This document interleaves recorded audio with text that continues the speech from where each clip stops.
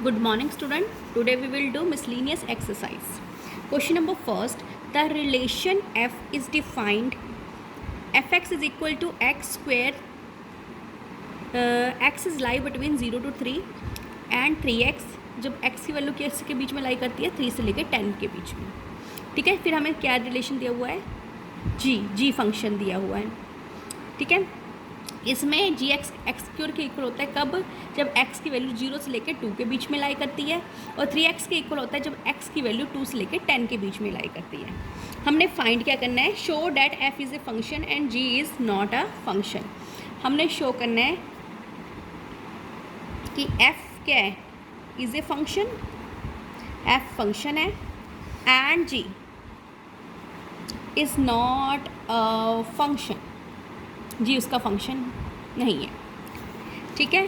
First f लेके चलते हैं. पहले f की कंडीशन को कहते हैं f is equal to x square के इक्वल है, विच इज डिफाइंड. देखो जब एक्स स्क्वायर के इक्वल है तो किसके बीच में ये डिफाइंड होगा? 0 से लेकर 3 के बीच में. सो क्या कहें? विच इज डिफाइंड इन 0 से लेके x के बीच में, सॉरी 0 से लेके 3 के बीच में. और x is equal to 3x कब होगा? जब इसकी वैल्यू क्या होगी? विच इज़ डिफाइंड इन, जब x की वैल्यू किसके बीच में लाई करेगी? 3 से लेके 10 के बीच में लाई करेगी. ठीक है. देखो इसमें कॉमन क्या है? दोनों में कॉमन, यहाँ पे भी इक्वालिटी है, 3 दोनों में कॉमन है. तो हम क्या करेंगे? कहाँ पे लेके जाएंगे? At x is equal to 3 पे हम वैल्यू फाइंड करेंगे.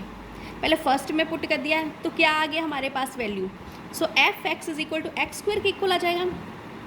x को हमने 3 माना, सो यहाँ पे क्या आ गया? 3 स्क्वायर. तो आंसर हमारे पास क्या आ गया? 9.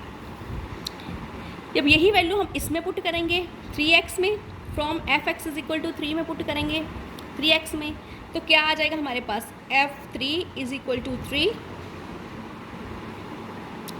Into 3 is equal to 9. दोनों की वैल्यू सेम है. अगर दोनों की वैल्यू सेम आ गई तो हम क्या कहेंगे? f is a function. ठीक है. अगर वैल्यू सेम ना आती, हमने कहता ना f is a not a function, but value same आ गई हम कहेंगे f is a function.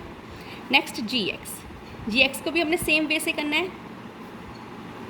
x क्या, which is defined in 0 is less than x is less than 2, and G X कहाँ पे हमारे पास 3x आता है. सो विच इज डिफाइंड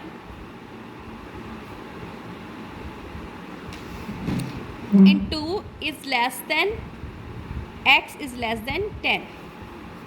ठीक है. So at x is equal to 2 from G X square, G two 2 square 4. यहाँ पे अगर हमने वैल्यू पुट की 2 स्क्वायर 4 आंसर आ जाएगा. ठीक है. फ्रॉम जी एक्स 3x, यहाँ पे अगर हम वैल्यू 2 पुट करते हैं तो हमारे पास क्या आ जाता है? 3 इंटू 2 6. क्लियर. यहाँ पे जब हमने इसके बीच में, दोनों के बीच में 2 कॉमन था, हमने 2 रख के चला. जब 2 वैल्यू पुट की X square means 2 square 4 answer आ गया. 3x मीन्स 3 इंटू 2 6 आ गया. दोनों सेम नहीं है. अगर दोनों सेम नहीं है तो हम क्या कहेंगे? Since G2 has 2 values, 2 values हैं. कौन कौन सी?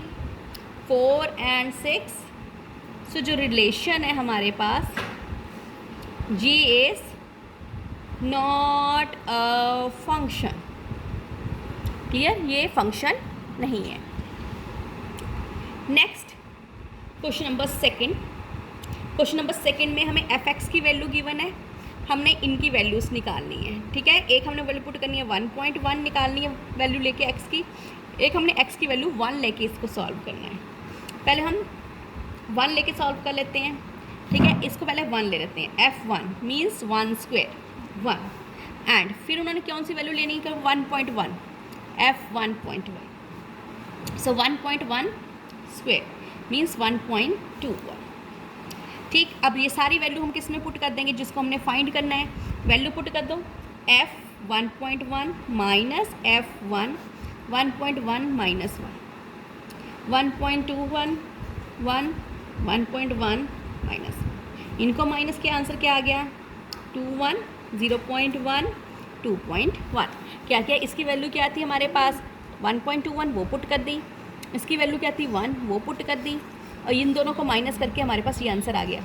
ठीक है, इसको जब हमने डिवाइड किया, ये डेसिमल 0.1 है तो यहाँ से ये पीछे को इंक्रीज़ होगा तो यहाँ पे हमारे पास डेसिमल आ जाएगा, क्या वैल्यू आ जाएगी 2 पॉइंट।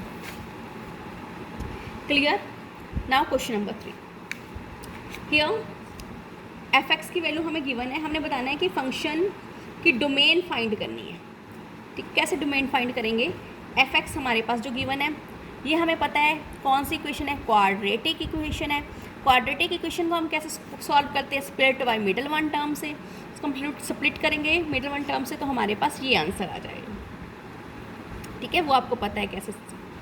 अब देखो नीचे हमारे पास -2 -6 है, अगर यहाँ पे हम x की वैल्यू 2 पुट करेंगे तो यहाँ पे आंसर 0 आ जाता है। अगर यहाँ पे 6 वैल्यू पुट करते हैं तो यहाँ पे आंसर 0, यानी कि जब नीचे डिनोमिनेटर में 0 आ जाए वो फंक्शन डिफाइंड ही नहीं है। ठीक है, तो हम क्या लिखेंगे, the function is not defined at x is equal to 2 and 6, क्योंकि ना ही तो हम 2 वैल्यू पुट कर सकते हैं ना ही 6। जब हम 2 एंड 9 6 में हमारे पास डिनोमिनेटर में क्या आ जाएगा 0, जब भी डिनोमिनेटर में 0 आ जाए वो फंक्शन डिफाइंड नहीं है। ठीक है, तो हम 0 नहीं लिख सकते, तो क्या आ जाएगा फिर हमारे पास, function is not defined at 2 and 6। So domain हमारे पास क्या आ जाएगी, hence domain of f is equal to x such that x belongs to r, यानी कि सारे रियल नंबर्स हम ले सकते हैं इसमें, x में सारे रियल नंबर ले सकते हैं, बट कौन से 2 नंबर नहीं ले सकते, s is not equal to 2 and x is not equal to 6। ठीक है, सो रेंज में भी हमारे पास क्या आएगा, सो हम क्या, सॉरी रेंज नहीं, हम इसको कैसे लिख सकते हैं कि real number -2 and 6 real number का सेट आएगा, बट उसमें से हम कौन सा नहीं ले सकते, 2 एंड 6 नहीं ले सकते। Clear, thank you.